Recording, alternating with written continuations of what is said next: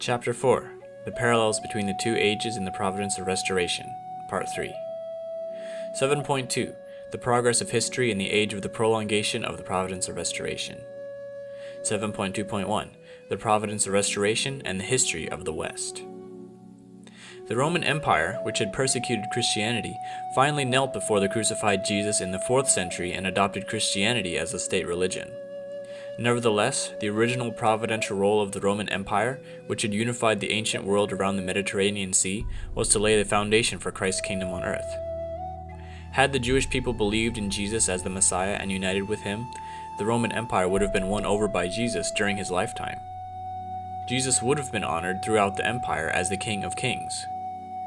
He would have established a worldwide dominion with Jerusalem as its capital. However, because the Jewish people disbelieved, Judea was destroyed and the Roman Empire was fated to decline.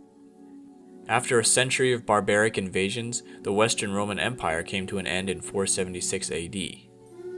In this manner, the center of God's providence of restoration shifted from Judea, the land of God's bitter grief, to Western Europe, formerly the territory of the Western Roman Empire, now occupied by the Germanic tribes. Accordingly, the spiritual providence of restoration based on Christianity has been conducted primarily in Western Europe. Only in Western Europe has the history of this era progressed strictly according to the pattern set by the providence of restoration. The history of Christianity in Western Europe provides us with information about the events which shaped the age of the prolongation of the providence of restoration. 7.2.2. The mutual relations between religious history, economic history, and political history. To enable human beings to rule both the spirit world and the physical world, God created them as the dual entities of spirit self and physical self. Had human beings not fallen, their spirit self and physical self would have reached perfection together. Their spiritual intellect and physical intellect would have joined in complete harmony during earthly life. After human beings fell and became ignorant of both the spiritual and physical worlds, God worked to overcome spiritual ignorance through religion and physical ignorance through science. Religions have helped fallen people gradually overcome their spiritual ignorance by stimulating their latent original mind to activity. They have been teaching people to focus their lives on the invisible, causal world of God.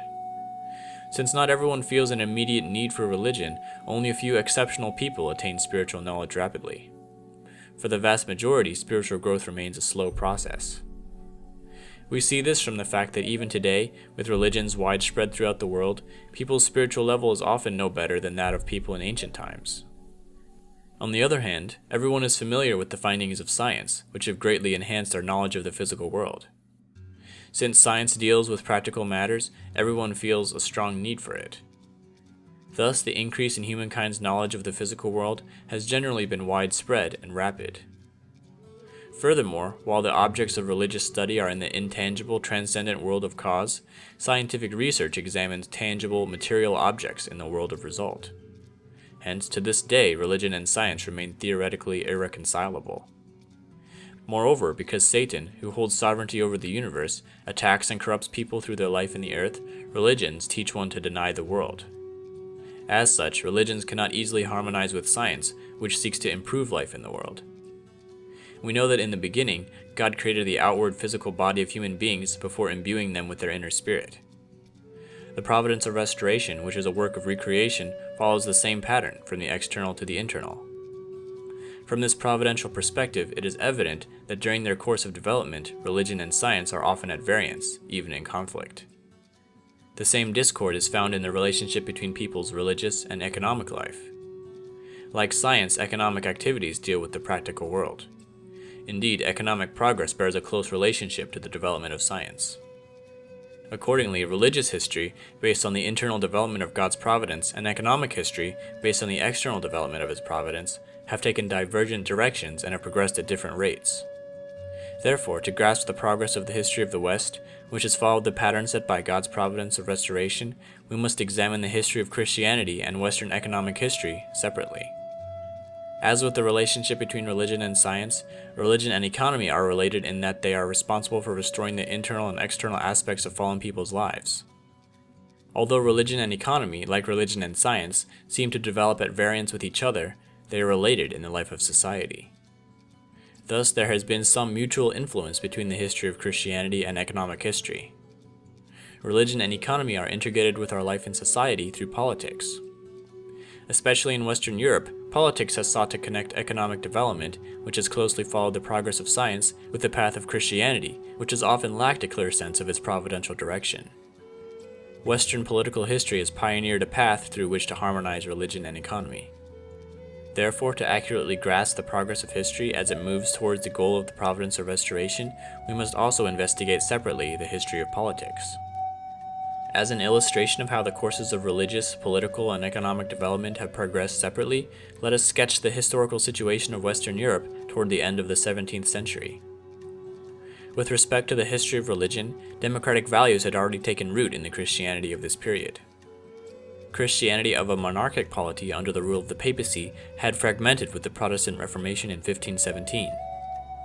The people of Europe, whose life of devotion in medieval times had been subject to the papal hierarchy, were gradually liberated to lead a Christian life based on their own reading of the Bible. With regard to the politics of this period, absolute monarchy was at its height.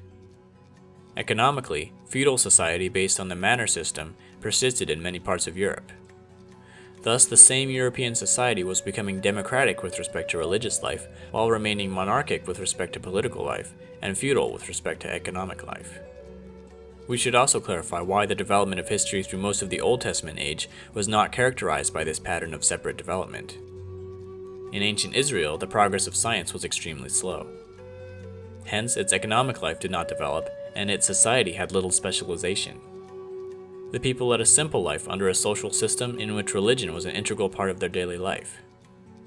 Bound by master-servant relationships and the strict code of the Mosaic Law, they had to obey their rulers in matters both political and religious. In that age, religion, politics, and economy did not progress separately. 7.2.3 Clan Society. Let us examine the progress of history in terms of religion, politics, and economy during the New Testament age. The inclination of the original mind to respond to God's providence of restoration generally brings about divisions in a society centered on Satan. Those who follow God's will are singled out in this process and may gather to form a clan society on God's side. The birth of the Christian clan society followed this pattern. With the crucifixion of Jesus, the Jewish nation had fallen to Satan's side, and God could not continue with his providence of restoration in that society under such circumstances. Consequently, God broke up that society, calling devout believers out of it to establish a Christian clan society. In the Old Testament age, Jacob's 12 sons led his 70 kinsmen to form the Israelite clan society and set out in the course of the providence. Similarly, in the New Testament age, Jesus' 12 disciples led his 70 followers to form the Christian clan society and commence God's new providence. Christian clan society was composed of rudimentary communities with little or no structured political or economic system. In this period, religion, politics, and economics did not progress independently. Despite severe persecution, Christian clan society gradually prospered in the Roman Empire around the Mediterranean Sea and developed into a Christian tribal society. Battered by the mass migrations of peoples, which began in the latter half of the 4th century, the Western Roman Empire fell by 476 AD. Christian society expanded greatly as Christianity was brought to the Germanic peoples who migrated into this territory. 7.2.4 Feudalistic Society. With the progress of history, clan society developed into feudalistic society. A feudalistic society was born in Europe when, around the fall of the Roman Empire, imperial authority waned and the empire sank into chaos. In this society, religion, politics, and economy would eventually divide and take separate paths. In the early days of this feudalistic society, particularly among the newly Christianized Germanic tribes, free peasants and warriors were ruled by local princes. Political power was diffused among many lords, each ruling over his territory in the absence of any national authority. Feudalistic society in Europe then gradually developed into a political system based on master-servant relationships at every level, as between lords of different ranks and their knights, and the self-sufficient economy of the manor system. After the fall of the Carolingian Empire, mature feudalism would spread everywhere in Europe. Land was divided into many manors, each ruled by a feudal lord. These lords were responsible for all aspects of life in their manors and had supreme judicial authority. Farmers traded their private land to the feudal lords or monasteries in exchange for military protection, and their land was returned to them as a fief. Vassal knights received manors from their feudal lords in return for service as their private soldiers. While a lower-ranking knight might own only a single manor, each king or great lord possessed hundreds or thousands of such manors, which he distributed as fiefs to his vassals. The kings had limited power and were no more than great feudal lords. Religious life in Europe during this period of religious church leadership developed along the same lines as the early feudalism of its political and economic life, hence it may be termed feudalistic Christianity. Patriarchs, archbishops, and bishops assumed positions corresponding to major, medium, and minor feudal lords. As a king was only one of the great feudal lords, the pope was only one of the 5 patriarchs.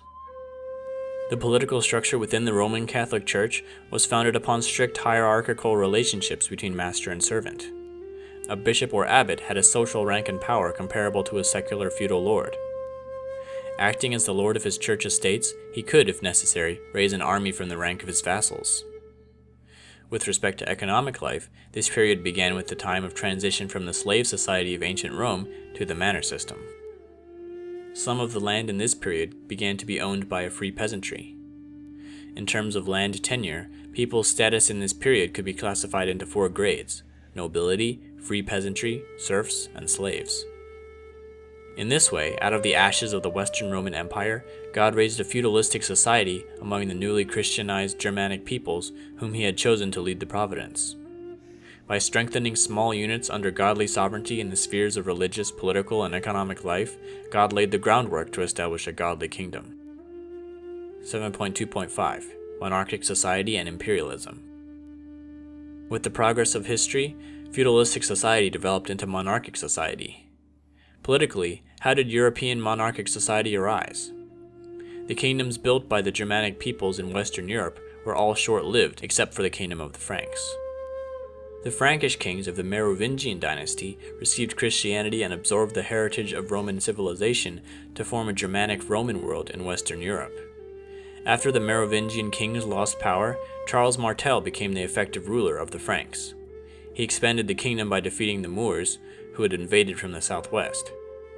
His son, Pepin the Short, became the first Carolingian king and was the father of Charlemagne. Charlemagne thought highly of St. Augustine's vision of a Christian kingdom and made it the guiding principle of the realm. Charlemagne's empire unified Western and Central Europe, bringing stability to lands which had formerly been in turmoil due to massive migrations. In the sphere of religion, monarchic Christianity, which had followed feudalistic Christianity, was a spiritual kingdom which transcended national borders. It was established under the rule of the papacy and upon the spiritual foundation for the Messiah. In 800 AD, Pope Leo III crowned Charlemagne emperor and gave him the Church's blessing. By this act, the Pope passed on to him the central responsibility for the Providence. The spiritual kingdom under the papacy and the kingdom of the Franks under Charlemagne united and formed the Christian Empire. The period of the Christian Empire was parallel to the period of the United Kingdom of Israel in the Old Testament age. In both cases, a monarchic society followed a feudalistic society for the purpose of consolidating a greater sovereignty, population, and territory on God's side. It was explained earlier that the Pope had been leading the Church from the position of archangel in order to pave the way for an earthly kingdom. But after crowning the emperor and giving him God's blessing, the Pope was then to serve him from the position of Cain. The emperor, in turn, was to uphold the teachings of the papacy and carry on political work to realize a kingdom fit to receive the Messiah. Had they thus built the Christian Empire in full accordance with the will of God, this period would have been the last days of human history when the Messiah could have come. The new truth would have then appeared to resolve the problems of religion and science as an integrated human endeavor, guiding religion, politics, and economy to progress in one unified direction based on God's ideal. On this basis, the foundation for the second advent of the Messiah was to have been established. Moreover, with the dawning of the period of the Christian Empire, feudalism should have come to a complete end. However, the popes and the emperors deviated from the will of God. This made it impossible for them to realize Charlemagne's founding ideal. As a result, feudalistic society was not dismantled. On the contrary, it grew stronger over the next several centuries. Religion, politics, and economy remained divided, with the spiritual kingdom ruled by the papacy coming into frequent conflict with the earthly kingdoms ruled by kings. The Christian Empire failed to build a unified kingdom to which the Messiah could come. Charlemagne built his empire when the foundation of early feudal society was ripe for consolidation into a strong monarchy. However, he never fully subjugated the vested powers of the feudal lords. Instead, the feudal system strengthened, with the Holy Roman Emperor reduced to just one of the great feudal lords. The feudal system would dominate Europe until the rise of absolute monarchy in the 17th century. With the decline of feudalism at that time, the previously decentralized powers of the feudal lords came to be concentrated in the hands of kings of large nation-states. The kings came to command absolute power and justified it by the doctrine of the divine right of kings. Absolute monarchies flourished until the French Revolution in 1789. In the sphere of religious history, what were some of the trends during the period when Christianity, led by the papacy, had a monarchic structure? The popes fell away from God's will and became secularized. They were on the path of spiritual decline. Due to repeated defeats in the Crusades, the papacy lost its authority, and during its exile in Avignon, it was deprived of power and dignity. With the Protestant Reformation in 1517, Western Christianity ceased to be a unitary spiritual monarchy.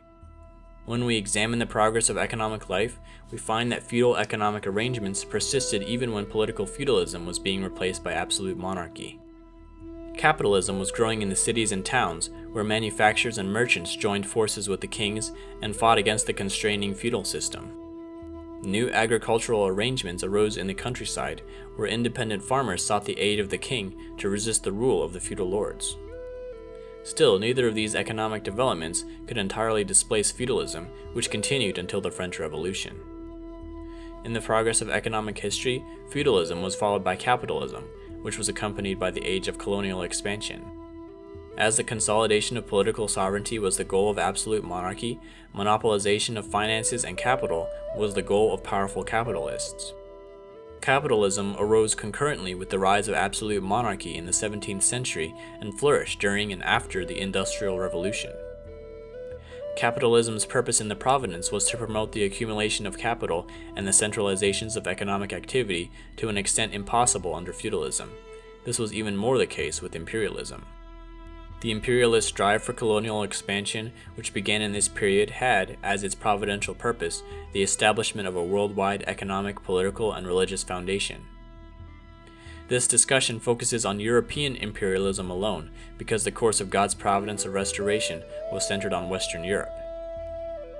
Competition among the nations of Western Europe led to their scramble for colonies all over the globe before World War I.